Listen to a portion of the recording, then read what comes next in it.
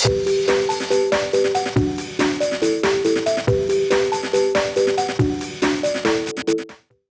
it going, YouTube?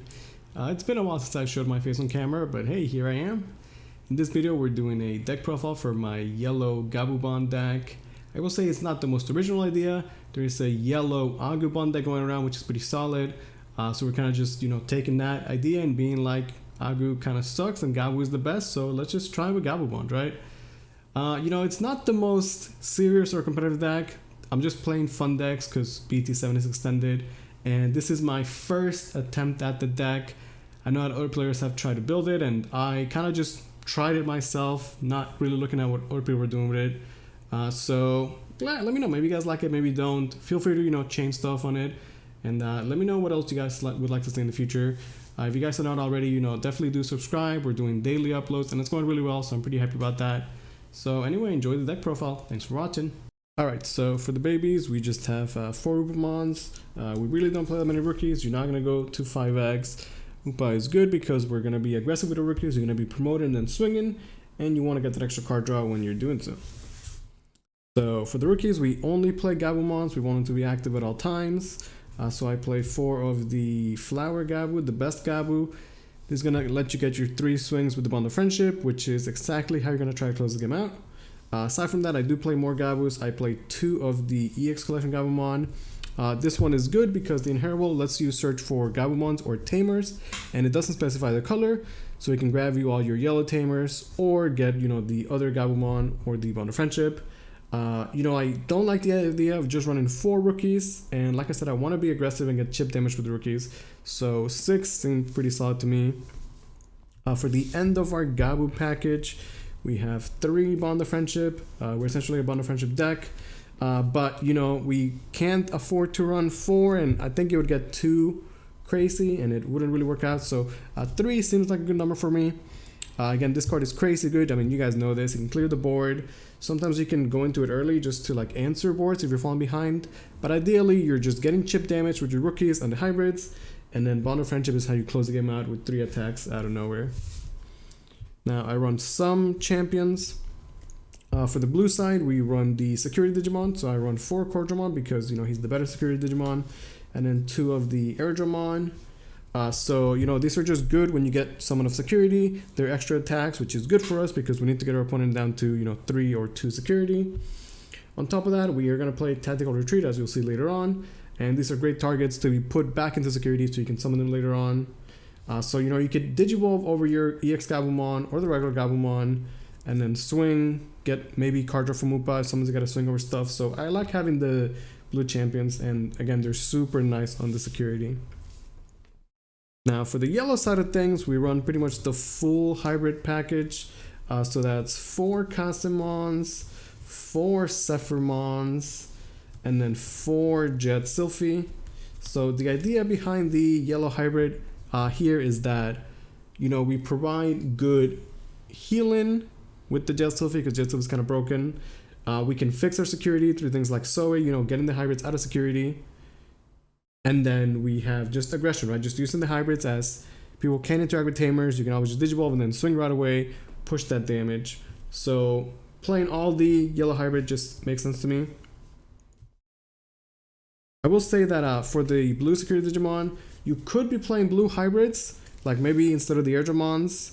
If you wanted to do that, totally cool. Again, this is just my first build and we're just trying it out, and it's been working okay for me. I play 2 Rise Greymon because, sometimes we just don't have Jet Sylphie.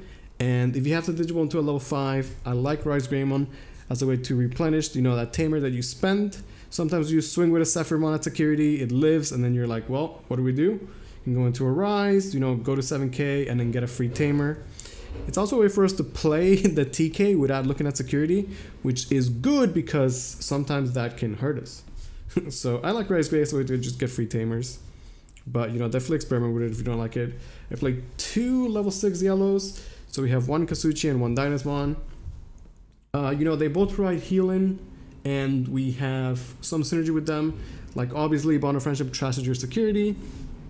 So you can, for example, be at 2 security, you trash your security, and then Dynas heals you 1, which works. or you trash your security, you go to 0, and then you go into Kasuchi, and then go right back to 3, right? I like both of them, but if you want to run, 2 Dinos or Kasuchi, knock yourself out. I think they're both solid. They do similar things, and they're both good. Now for the Tamers, I only run 3 Mat, kind of like with the Bond of Friendship himself, like, we just don't have the room to play 4-ofs. Usually you just need 1. 2 Mat is like the best, but 1 gets you there most of the time. So I don't want to run as a 4-off. I mean, you could, but there's just no room. For the Yellow Tamers, we play 4 Zoe, because again, we kind of play the whole package. Like I was saying, Zoe is really good, can get your Tamer Sour security, put better stuff in there, the inheritables or whatever, but Zoe is good. We play 3 TKs. Like I said, TK can hurt us in this deck, because we play quite a bit of blue, so sometimes you will check a TK in security and it's going to cost you 1 life. At the same time, you can also TK, and then if you need to grab a Bond of Friendship or a Gabumon, like, you can grab that, so it goes both ways. I still want to play TK as my memory setter, because like we have primarily yellow hybrids, so I want most of my Tamers to be yellow. I have 1 Kari. This used to be TK and Kari, but due to the way we play this deck, TK and Kari just never works, because you're always being aggressive and swinging as fast as possible. So we would never be at less security than our opponents, and TK and Kari is just an expensive yellow Tamer. So Kari is just a cheaper yellow Tamer if you want to play TK, the 2-1, go for it. It's just there because I want to have, 8 Tamers basically. Her effect doesn't really come up, but it could. I mean, sometimes we'll be at 3 and an extra 1 memory could be good. For the options, we play 2 Lightning Paw. Lightning Paw is good way to clear the rookie, Boko, Tsukaya, Madoki Betamon spam and whatnot.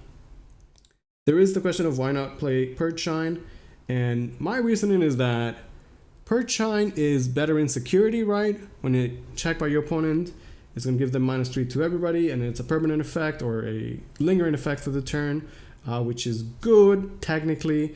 But what I would say is that like that really doesn't matter. It's the same thing. It is better in security technically, but Lightning Paw is way better when you're playing it from your hand, right? Because you play for 3 instead of 4, means you could be at 3 security from TK, play this, and then do another card, right? It's a huge difference between your option to clear being 3 or 4. So what I would say is like I play cards not with the intent that they're going to be hidden security, but that they're going to just be good in general. Lightning Purge is better, or Purge is better in security. This is better in hand, so I play Lightning Paw, if that makes sense. We play 4 Tactical Retreat. Just an insanely good card. Like I said, you use this to put your security Digimon on top of your deck, which is always good. You can also, for example, if you have to go into a Bond of Friendship early on because you're getting beat on the board and you have to just come out and clear, you can, for example, bring out the Gabu, go into the Bond of Friendship at the cost of 2, right? And then swing 3, swinging over something, maybe bouncing, like tucking their whole board under to the deck, supposedly you fully clear the board. And then the Gabu's gonna die at the end of the turn. At that point, you can like pay 1 to just send it to your security. So it essentially only costs you 1 security.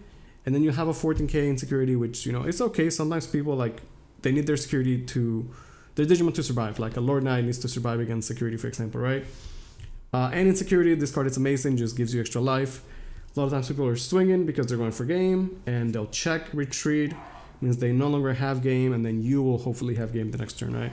So just a really strong card overall. You can also retreat your yellow hybrids and then get them back with Zoe, which is cute. We have 1 Ice Wall because we have blue cards and Ice Wall is kind of broken, so play 1 Ice Wall. You'll notice that I don't play Hammer Spark just because I don't really have the room, but Hammer Spark is pretty good, and if you want to play Hammer Spark, you definitely can. Just, try and make some room for it. And then we play 1 Reinforced Memory Boost. The idea here is that, we have infinite cards that are good in security, so putting some security is always good for us. Healing is good for us, and then the extra memory can go a long way, because ideally our main combo requires 5 memory, which is we go into the Bond of Friendship, swing 3 times, and then we go hybrid for game, right? So the extra 3 will oftentimes get us there. And if this gets hidden security, I mean, you're pretty happy about that. It's just good in general. So there's the deck. Like I said, it's pretty fun. It's maybe not the most competitive, but I don't know. Maybe it's a good deck, and maybe you guys can make it better than this is my first build what we initially came up with. And it's been fun so far. Anyway, I hope you guys enjoyed. Thanks for watching.